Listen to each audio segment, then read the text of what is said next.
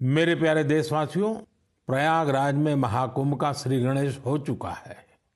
चिरस्मरणीय जन सैलाब, अकल्पनीय दृश्य और समता समरसता का असाधारण संगम।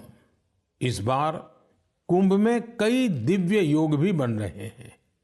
कुंभ का ये उत्सव विविधता में एकता का उत्सव मनाता है। संगम की रेती पर पूरे भारत के, पूरे विश्व के लोग जुड़ते हैं। हजारों वर्षों से चली आ रही इस परंपरा में कहीं भी कोई भेदभाव नहीं, जातिवाद नहीं। इसमें भारत के दक्षिण से लोग आते हैं, भारत के पूर्व और पश्चिम से लोग आते हैं। कुंभ में गरीब अमीर सब एक हो जाते हैं।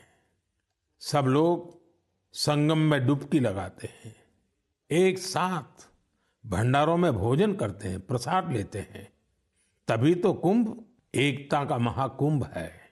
कुंभ का आयोजन हमें ये भी बताता है कि कैसे हमारी परंपराएं पूरे भारत को एक सूत्र में बांधती हैं।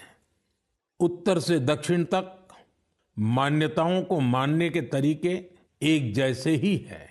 एक तरफ प्रयागराज, उज्जैन, नासिक और हरिद्वार में कुंभ का आयोजन होता है, वैसे ही दक्षिण भूभाग में गोदावरी, कृष्णा, नर्मदा और कावेरी नदी के तटों पर पुष्करम होते हैं। ये दोनों ही पर्व हमारी पवित्र नदियों से, उनकी मान्यताओं से जुड़े हुए हैं।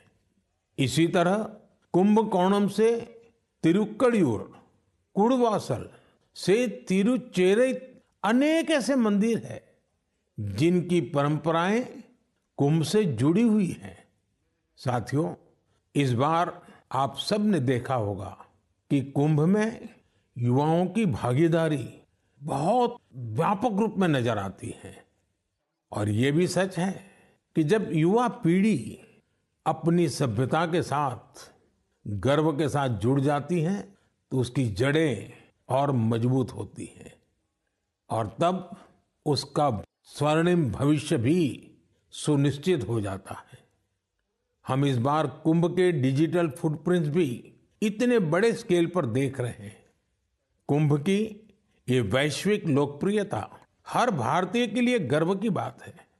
साथियों, कुछ दिन पहले ही पश्चिम बंगाल में गंगा सागर मेले का भी विहंगम आयोजन हुआ है।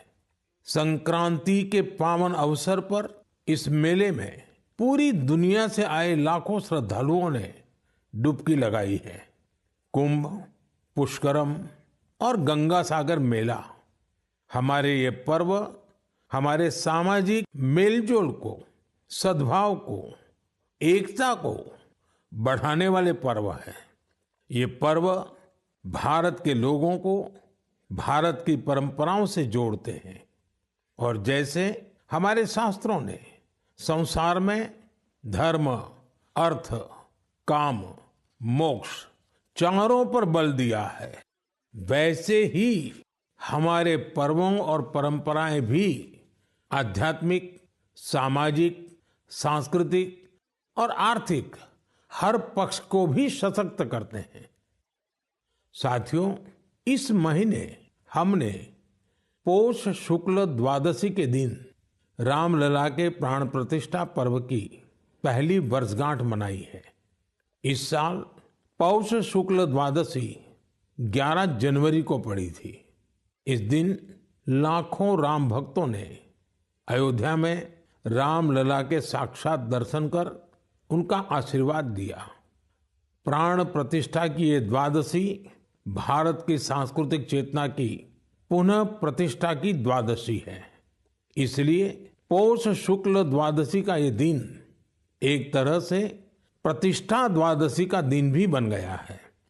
हमें विकास के रास्ते पर चलते हुए ऐसे ही अपनी विरासत को भी सहेजना है, उनसे प्रेरणा लेते हुए आगे बढ़ना है।